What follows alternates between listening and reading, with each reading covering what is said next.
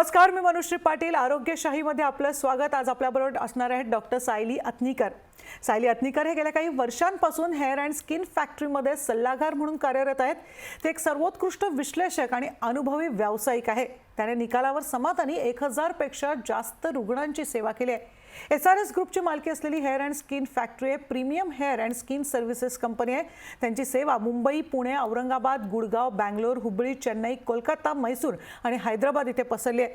त्यांच्या कंपनीचा दृष्टिक्षेप म्हणजे कमीत कमी किमतीची गॅरंटीड असलेली सर्वोत्तम परिणाम. सायली अथनीकर यांच्याशी आपण चर्चा करणार आहोत. तुमचं स्वागत आहे लोकशाही न्यूजमध्ये. सायलीताई, खरं तर सुरुवातीलाच विचारावं असं वाटतंय की केस गळतीचं प्रमुख कारण काय आहे? कोणत्या गोष्टीमुळे मुळात केस गळती होते? हे बघा, सगळ्यात पहिल्यांदा केस गळण्याचं मुख्य कारण म्हणजे हेरिडेटरी, ज्याला आपण म्हणतो की अनुवंशिकता. बऱ्याचदा पेशंट आमच्याकडे येतात आणि जेव्हा मी त्यांना हिस्ट्री विचारतो तर पहिल्यांदा हेच सांगितलं जातं की माझ्या वडिलांचे केस गळायचे किंवा त्यांनाही सेम प्रकारचं टक्कल आहे आणि म्हणून मला केस गळत आहेत किंवा मला टक्कल पडले का. तर नक्कीच अनुवंशिकता हा एक मोठं कारण आहे केस गळण्याचं. दुसरी गोष्ट म्हणजे हार्मोनल चेंजेस. म्हणजे वयोमानानुसार जसे आपले हार्मोनल चेंजेस होतात, साधारण प्युबर्टीच्या वयामध्ये म्हणा मुलींमध्ये, किंवा जेव्हा आपण म्हणतो की काही थायरॉइड आहे, PCOD आहे, पिरियड्स इरेग्युलर असतात, त्याला आपण PCOD म्हणतो, तेव्हा तुमच्यामध्ये हार्मोनल चेंजेस होतात आणि त्याचे परिणाम तुमच्या केसांवर दिसायला लागतात. त्याच्यानंतर मेनोपॉझल एज येतं. साधारण 40 ते 50च्या वयात तुमचं मेनोपॉझल एज असतं. तेव्हा परत तुमच्यामध्ये हार्मोनल चेंजेस होतात आणि परिणामी परत तुमचे केस गळायला लागतात. आणि आमच्याकडे खूप पेशंट्स येतात की पोस्ट प्रेग्नन्सी म्हणा किंवा फीडिंग करणाऱ्या महिला असतात की त्यांच्यामध्ये हे खूप जास्त प्रमाणात दिसून येतं की केस खूप गळत आहेत आमचे. तर it is one of the reason की तेव्हा परत तुमचा हार्मोनल इम्बॅलन्स होतो. तिसरं कारण म्हणजे ओव्हर स्टायलिंग, आपण ज्याला म्हणतो की आजकाल खूप फॅशन आहे सलून्समध्ये जायचं, वेगवेगळ्या प्रकारचे केस कलर करायचे, किंवा कोणी हा शॅम्पू सांगितला, तो शॅम्पू सांगितला, म्हणजे कोणाचाही तुम्ही ॲडवाईस न घेता काहीही वापरता आणि त्याचे दुष्परिणाम तुम्हाला दिसायला लागतात. आणि चौथी गोष्ट म्हणजे पोल्युशन, ज्याला आपण एन्व्हायरमेंटल फॅक्टर म्हणतो. पोल्युशनमुळे, हवेतल्या वातावरणामुळे केसांवर डस्ट बसते, माती धूळ बसते आणि त्याचे परिणाम तुम्हाला दिसायला लागतात आणि परिणामी तुमची केस गळती होते. आणि तुम्ही जर त्याच्याकडे लक्ष दिलं नाही तर मग तुम्हाला टक्कल पडायला सुरुवात होते. अनेकांना आपण बघतो की ॲलोपेशिया असतो, म्हणजे चाई असते केसामध्ये. त्याचा नेमका अर्थ काय समजायचा? येस, आजकाल खूप कॉमन आपण बघतो की चाई पडणे, किंवा ज्याला मेडिकल लँग्वेजमध्ये आम्ही ॲलोपेशिया एरिएटा म्हणतो. याच्यात काय होतं, छोटासा चट्टा दिसायला लागतो आपल्याला टकलाचा भाग, आणि हे कुठल्याही एज ग्रुपमध्ये दिसतं. ऑटोइम्युन डिसऑर्डर म्हणतो आम्ही याला. तर याच्यात काय होतं, एक छोटासा चट्टा पडतो टकल्याचा आणि कालांतराने तो वाढत जातो, किंवा एकाच्या ऐवजी 2-3 असे चट्टे वाढत जातात. तर नक्कीच आपल्या क्लिनिकमध्ये याच्यासाठी सुद्धा आपण ट्रीटमेंट अवेलेबल करून देतोय. त्यामुळे ज्यांना हा त्रास आहे त्यांनी नक्कीच याच्यासाठी आमच्या डॉक्टरांच्या कन्सल्टेशनसाठी व्हिजिट करा आमच्या क्लिनिकला. आणि मुळात हा बाल्डनेस किंवा असं टक्कल पडण्यामागचं नेमकं कारण काय आहे, किंवा त्याचा काही पॅटर्न असा असतो का? काही 2 प्रकार असतात, म्हणजे पुरुषांचा टक्कल पडणं आणि स्त्रियांचा टक्कल पडणं, याच्यात नक्कीच फरक असतो. स्त्रियांची ठेवण अशी असते की याना त्या कारणाने आपण त्यांचं टक्कल लपवू शकतो, पण पुरुषांमध्ये तसं नसतं. पुरुषांमध्ये साधारण या 2 बाजूला पीक एरिया आपण याला म्हणतो आणि क्राऊन एरिया, इथे तुम्हाला टक्कल पडायला सुरुवात होते. आणि स्त्रियांमध्ये कसं असतं की भांगेचा जो पार्ट असतो, की बऱ्याच वर्षांपासून आपला एकच भांगेचा प्रकार असतो, किंवा आपण खूप टाईटली केस बांधतो किंवा हेअरस्टाईल्स करतो, त्याच्यामुळे ओढून ताडून केस बांधल्यामुळे समोरच्या फ्रंट एरियामध्ये किंवा आपला जो भांगेचा एरिया आहे, ज्याला आपण पार्टिशन म्हणतो, तिथे तुम्हाला टक्कल पडायला सुरुवात होते आणि केस तुमचे विरळ होत जातात हळूहळू. आपण अनेकदा बघतो की ट्रीटमेंट म्हणून हेअर ट्रान्सप्लांट केलं जातं. टक्कल जे असतात त्यांना अनेक जण हेअर ट्रान्सप्लांटचा पर्याय निवडतात. म्हणजे नेमकं काय करता तुम्ही? जसं मी सांगितलं की खूप इझी प्रोसिजर आहे ही, की जसं तुम्ही दात काढायला जाता डेंटिस्टकडे, तुम्हाला ते एक इंजेक्शन देतात, तिकडची जागा सुन्न करतात, भूल देतात तुम्हाला. सेम तसंच इथे असतं की ज्या एरियात आपल्याला ट्रान्सप्लांट करायचा आहे, जो एरिया आपल्याला कव्हर करायचा आहे, तिथे भूल दिली जाते आणि म्हणजे पेशंट हसत खेळत शस्त्रक्रियेला झोपू शकतो. आपण त्यांना वॉशरूमचे ब्रेक देतो, खायला प्यायला ब्रेक देतो, म्युझिक ऐकत म्हणजे स्ट्रेस फ्री सर्जरी करू शकतो पेशंट. आणि सकाळी ॲडमिट झाल्यानंतर संध्याकाळी तुम्हाला डिस्चार्जसुद्धा मिळतो. इतकी इझी प्रोसिजर आहे ही. आणि ही जी हेअर प्लांट सर्जरी असते, हेअर ट्रान्सप्लांटची जी काय सर्जरी असते, त्याची नेमकी प्रोसिजर नेमकी कशी असते? कशा पद्धतीने हेअर ट्रान्सप्लांट केलं जातं एखाद्यावर?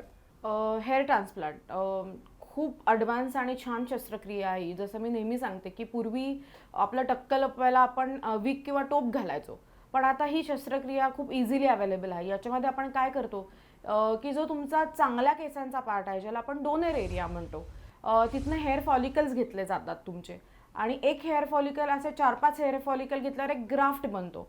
आणि आपले तज्ज्ञ डॉक्टर आधी बघून घेतात की कुठल्या एरियामध्ये आपल्याला काय प्रकारची शस्त्रक्रिया करायची. तर तिथले ते हेल्दी हेअर फॉलिकल काढून त्याचे ग्राफ्स बनवून आपण जिथे आपल्याला गरज आहे तिथे ते शस्त्रक्रिया करतो, त्याचं केशरोपण करतो आपण. याला आपण हेअर ट्रान्सप्लांट म्हणतो. आणि एकदा का हेअर ट्रान्सप्लांट झालं की मुळात त्याची ग्रोथ केसांची नेमकी कशी होते, कशा पद्धतीनं हे काम करतं मुळात नंतर? नक्कीच. आता आज आपण सांगतोय की 99 डेजमध्ये you can get your hair back. तर नक्कीच की शस्त्रक्रिया झाल्यानंतर साधारण 99 दिवस म्हणजे साधारण 2.5-3 महिन्यांमध्ये तुम्हाला ग्रोथ दिसायला लागते. इतके छान रिझल्ट्स आहेत या शस्त्रक्रियेचे. सायली ताई, एकदा का आपण सर्जरी केली की त्याच्या आधी किंवा सर्जरी करण्यापूर्वी आणि सर्जरी नंतर नेमकी काय अशी विशेष अशी काळजी घेतली पाहिजे? नक्कीच. कुठलीही सर्जरी म्हटली तर एक तयारी असते की मग तेव्हा आपण काय करतो, पेशंटला एक प्री केअर आणि पोस्ट केअर सांगतो. तर प्री केअरमध्ये आपण काय सांगतो की काही पेशंट अल्कोहोलिक असतात किंवा स्मोकिंग आहे, ज्यांना खूप जास्त चहा कॉफी सेवनाची हे असते, सवय असते, त्यांना आपण या सगळ्या गोष्टी पूर्णपणे बंद करायला सांगतो 10 ते 15 दिवस सर्जरीच्या आधी. की याचा परिणाम जेव्हा आपण सर्जरीला घेतो पेशंटला बेडवर, तेव्हा त्याचा परिणाम दिसायला नको म्हणून. त्याच्यानंतर प्री केअरमध्ये आपण काही ब्लड टेस्ट करायला लावतो. एक प्रोफाईल सांगतो आपण की ब्लिडिंग टाईम आहे, क्लॉटिंग टाईम आहे किंवा शुगर लेवल्स आहेत. तर ह्या प्री टेस्टमध्ये येतात. आणि पोस्ट केअरमध्ये नक्कीच की तुम्हाला जिथे आपण सर्जरी केली आहे ती जागा थोडी जपायची आहे. तुम्हाला तिथे घाम येऊ द्यायचा नाही आहे, तुम्हाला हेल्मेट घालायचं नाही आहे, स्विमिंग अवॉइड करायचं आहे, जास्त पाणी लागू द्यायचं नाही आहे तुम्हाला तिथे. तर या बेसिक गोष्टी तुम्हाला फॉलो करायच्या आहेत नक्कीच. आणि एखाद्याला जर सर्जरी करायची असेल तर त्यासाठी नेमकं वयाची काही वयोमर्यादा आहे का? वयाची काही अट आहे का मुळात? तसं बघायला गेलं तर आमच्याकडे अगदी 15-16 वर्षांपासून सुद्धा मुलं मुली येतात की आमचे केस गळतात. पण जेव्हा आपण शस्त्रक्रियेबद्दल बोलतोय तर तेव्हा नक्कीच 18 ते 60 this is an ideal age for surgery. म्हणजे 18 ते 60 वर्षापर्यंतचे कुठलीही व्यक्ती ही शस्त्रक्रिया नक्कीच करू शकते. सायली ताई, आपण बघतो नेमका एकदा का हेअर ट्रान्सप्लांट केलं की त्याचा रिझल्ट साधारणतः किती दिवसांनी आपल्याला आढळून येतो? जसं मी सांगितलं की 99 दिवसात आपण रिग्रोथ म्हणतोय की 99 एक प्रत्येक सर्जरीनंतर एक हिलिंग फेज असते, ज्याला आपण हिलिंग फेज म्हणतो आमच्या भाषेत. तुमची सर्जरी झाल्यानंतर साधारण ही 2 ते 3 महिने ही शेडिंग फेज आहे किंवा हिलिंग फेज आहे. त्याच्यात खपली यायला सुरुवात होते आणि छोटी छोटी ग्रोथ तुम्हाला दिसायला लागते. आणि त्याच्यानंतर नक्कीच पुढच्या 8 ते 10 महिन्यांमध्ये तुम्हाला व्यवस्थित पूर्णपणे 100% या केश प्रत्यारोपणचा दिसायला लागतो. आणि यामध्ये एक सारखा वारंवार उल्लेख येतो PRP. PRP म्हणजे नेमकं काय? PRP ही ट्रीटमेंट बऱ्याचदा आम्हाला विचारली जाते की डॉक्टर PRP ची ट्रीटमेंट काय आहे. तर PRP is platelet rich plasma. खूप छान आणि इझी ट्रीटमेंट आहे. जसं मी सांगितलं की नेहमीच आपल्याला ट्रान्सप्लांटची गरज पडत नाही. जेव्हा तुमचं थिनिंग होतं, केस पातळ व्हायला लागतात, तेव्हा PRP आपण करतो. आता PRP मध्ये आपण काय करतो, रेग्युलर आपण ब्लड टेस्टला जातो तसं ब्लड घेतलं जातं तुमचं 10 ml आणि हाय स्पीडला आपण ते सेंट्रीफ्यूज करतो. सेंट्रीफ्यूज केल्यानंतर खाली रेड ब्लड सेल्स जातात आणि वरती एक ट्रान्सपरंट किंवा लिक्विड द्रव्य येतं, ज्याला आपण प्लाझ्मा म्हणतो. आता हा plasma it is full of growth factors म्हणा किंवा न्यूट्रिएंट्स, हे सगळं जे काही गरजेचं आहे आपल्या केस वाढीसाठी किंवा हेअर ग्रोथसाठी, तर या सगळ्या गोष्टी या प्लाझ्मामध्ये असतात. तर आपण हा प्लाझ्मा तुमच्या स्कॅल्पमध्ये इंजेक्ट करतो, ज्याने की तुमची हेअर ग्रोथ परत व्हायला लागते आणि जे काही तुमचे केस विरळ झालेले असतात ते दाट व्हायला सुरुवात होते. तर जसं मी सांगितलं की PRPनी आपण सुरुवात करतो ज्यांच्यामध्ये हेअर थिनिंग होतंय आणि जर खूपच टक्कल वाढतंय तुमचं, तर तेव्हा मग आपल्याला हेअर ट्रान्सप्लांटचा ऑप्शन असतो. इतके तुम्ही पेशंट तुम्ही बघितलेले आहात की इतक्या जणांवर तुम्ही उपचार केलेले आहेत, तुमच्या क्लिनिकची खास अशी काही स्पेशालिटी आहे का? आता पॅन्डेमिक नंतर आता आमचं क्लिनिक आम्ही ओपन केलेलं आहे आणि आम्ही सगळ्या सुविधा दिलेल्या आहेत. म्हणजे सॅनिटायझेशन आहे किंवा डॉक्टर्स PPE किट घालून तुमची सर्जरी करतात. या सगळ्या सोयींनी आमचं क्लिनिक ओपन झालेलं आहे आणि त्याच्यासोबतच आपण व्हिडिओ कन्सल्टेशन देतोय पेशंट्सला. म्हणजे फिजिकली या काळात तुम्हाला इथे यायची गरज नाही आहे. आमचे तज्ज्ञ डॉक्टर्स आहेत, आपले नंबर्स खाली फ्लॅश होत आहेत, तर तुम्ही त्यांना कॉन्टॅक्ट करा. ऑनलाईन कन्सल्टेशन आपण तुम्हाला देतोय, व्हिडिओ कन्सल्टेशन देतोय आणि त्याच्यावरनं डॉक्टर्स फोटो मागवतील तुमचे, जो काही तुमचा एरिया आहे आणि अकॉर्डिंगली ते तुम्हाला सर्जरी म्हणा किंवा ज्या काही ट्रीटमेंट्स आहेत त्याची माहिती देतील. त्याच्यासाठी तुम्हाला फिजिकली इकडे यायची गरज नक्कीच नाही आहे. किंवा तुमच्या क्लिनिकमध्ये सध्या एखाद्याला तुम्हाला अप्रोच वगैरे करायचं असेल, तुमच्याकडे यायचं असेल किंवा ट्रीटमेंट करून घ्यायची असेल तर काही ऑफर्स वगैरे सध्या काही सुरू आहेत का? येस, नक्कीच. आत्ता आपल्याकडे ही ऑफर आहे की 39,999 प्लस एक PRP अशी आत्ता सध्याची आपली ऑफर आहे. आणि म्हणजे जेव्हा आमच्याकडे पेशंट कन्सल्टेशनसाठी येतात किंवा तुम्ही देखील जेव्हा चौकशी करता की काय सर्जरीची प्राईज आहे तेव्हा म्हणजे पेशंट ती अमाऊंट ऐकूनच घाबरून जातो की 1 लाख, 1.5 लाख, 2 लाख. पण आपण आपल्याकडे फक्त 39,999 मध्ये आपण ही सर्जरी उपलब्ध करून देतोय. त्याच्यासोबत आपण एक PRP तुम्हाला फ्री आणि कॉम्प्लिमेंटरी देतोय. आणि जसं असं होतं की पूर्वी फक्त हायर मिडल क्लास किंवा सेलिब्रिटीज हे फक्त ट्रान्सप्लांट करू शकत होते, पण आता मध्यमवर्गीय सुद्धा नक्कीच या सर्जरीसाठी ऑप्ट करू शकतात, कारण आपण 0% इंटरेस्ट रेटवर तुम्हाला फायनान्स सुद्धा उपलब्ध करून देतोय. अनेकदा म्हटलं जातं की इतर जे आजार असतील आणि खास करून जर डायबिटीस पेशंट असतील, मधुमेही असतील, ते अशा प्रकारे हेअर ट्रान्सप्लांट करू शकतात का? याबद्दल खूप उत्सुकता आहे. नक्कीच. म्हणजे खूप कॉमनली आमच्याकडे हा प्रश्न विचारला जातो की आम्हाला डायबिटीज आहे डॉक्टर, की आम्ही या सर्जरीज करू शकतो का? कारण इतक्या मनात भीती असते डायबिटीस पेशंट्सच्या. तर नक्कीच जसं मी सांगितलं की आपण सर्जरीच्या आधी किंवा कन्सल्टेशनमध्ये डॉक्टर तुम्हाला प्री केअर सांगतात. तर प्री केअरमध्ये नक्कीच आपण जे डायबिटिक पेशंट्स आहेत त्यांचा आपण पूर्ण प्रोफाईल चेक करून घेतो की तुमचे शुगर लेवल्स कशा आहेत, तुमचे मेडिकेशन्स काय चालू आहेत, आणि त्याच्यात काही चेंजेस असतील रिपोर्ट्स आल्यानंतर तर आपले जे तज्ज्ञ डॉक्टर्स आहेत ते नक्कीच तुम्हाला करायला सांगतात की डोसेजेस चेंज करायचे आहेत किंवा काही मेडिकेशन्स तुम्हाला चालू करायचे आहेत सर्जरीच्या आधी. तर ही काळजी नक्कीच आपल्या इथे घेतली जाते. त्यामुळे डायबेटिक पेशंट्सनी अजिबात काळजी करण्यासारखं कारण नाही आहे. तुम्ही सुद्धा नक्कीच या सर्जरीसाठी जाऊ शकता. अनेकदा आपण बघतो बॉडी हेअर ट्रान्सप्लांटबद्दल सुद्धा असतो, तो काय नेमका प्रकार आहे?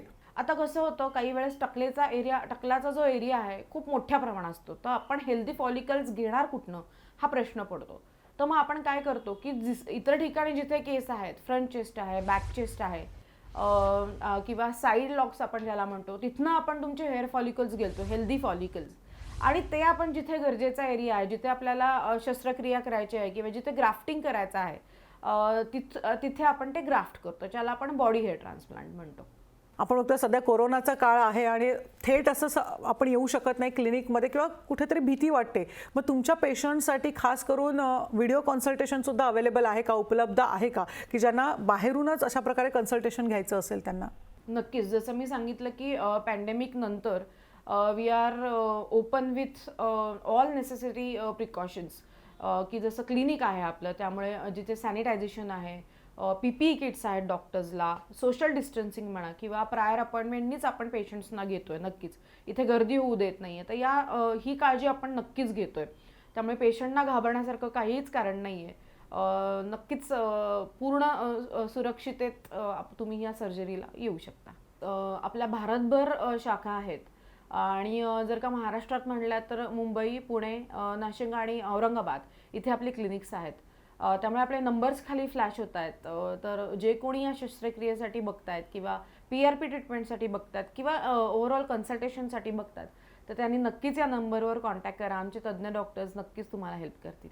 आणि असे काही रुग्ण जे आता केस गळतीला सामोरं जात आहेत, त्यांना नेमकं तुम्हाला काय आव्हान करायचं आहे? त्यांच्यासाठी काही खास असा मेसेज आहे का? नक्कीच. पहिल्यांदा कसं होतं की केस गळायला लागल्यानंतर घाबरायला होतं की आता काय करायचं, आता केस गळले आणि आम्हाला टक्कलच पडणार. तर असं नक्कीच नसतं. केस गळायला लागल्यानंतर सुरुवातीला केस तुमचे पातळ होतात, आणि केस पातळ व्हायला लागल्यानंतर लगेचच तुम्हाला ट्रान्सप्लांटची गरज नसते. तर खूप छान ट्रीटमेंट आहे आपल्याकडे PRP म्हणून, प्लेटलेट रिच प्लाझ्मा. तर जेव्हा तुमचे केस पातळ व्हायला लागतात तेव्हा आपण ही ट्रीटमेंट देतो तुम्हाला. आणि कालांतराने जर का टक्कल पडायला लागलं तेव्हाच तुम्हाला या ट्रान्सप्लांटची गरज लागते. सो PRP ने आपण स्टार्ट करतो, आणि नंतर जशी गरज आहे तसं आपण ट्रान्सप्लांटचा ऑप्शन देतो पेशंटला. आपण बघतोय केस गळतीबद्दल किंवा हेअर ट्रान्सप्लांटबद्दल आपण जाणून घेतलं आहे, पण आता आपण इथेच थांबणार आहोत. पाहत रहा लोकशाही न्यूज.